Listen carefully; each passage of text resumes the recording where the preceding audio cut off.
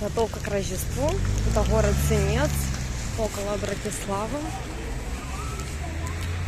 Здесь уже открытый каток. Также концерт для деток.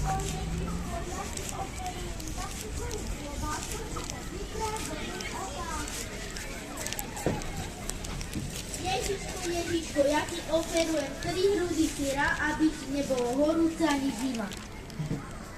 Kubo, na oferu!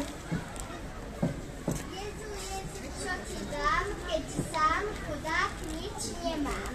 Dám ti aspoň za hrst slivák, aby si nepovedal, že som všimla.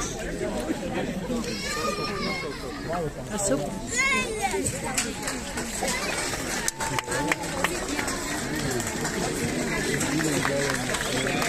Ďakujeme teda a tlieskame chlapcom z druhej B na čele s pani vychovateľkou Zuzkou Krolikovou. No a my pokračujeme ďalej. Deti pani vychovávateľky Dášky Kováčovej z druhej C vám zaspievajú pieseň z muzikálu Ček a Fazulka, v ktorej sa spieva o Vianočnej noci, ktorá prináša pokoj do ľudských srdc. Prosím, privítajte ich veľkým potleskom. Такие цены на рождественской ярмарке.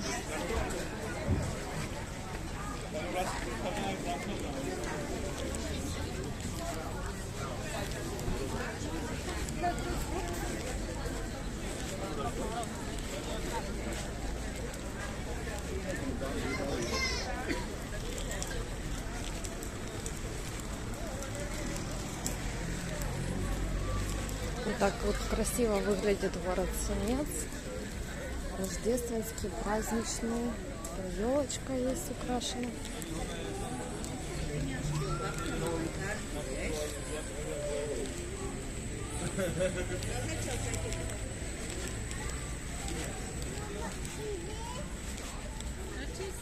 Такая елочка у нас уже украшена. Люди сидят в кафе вечером. Сегодня пятница.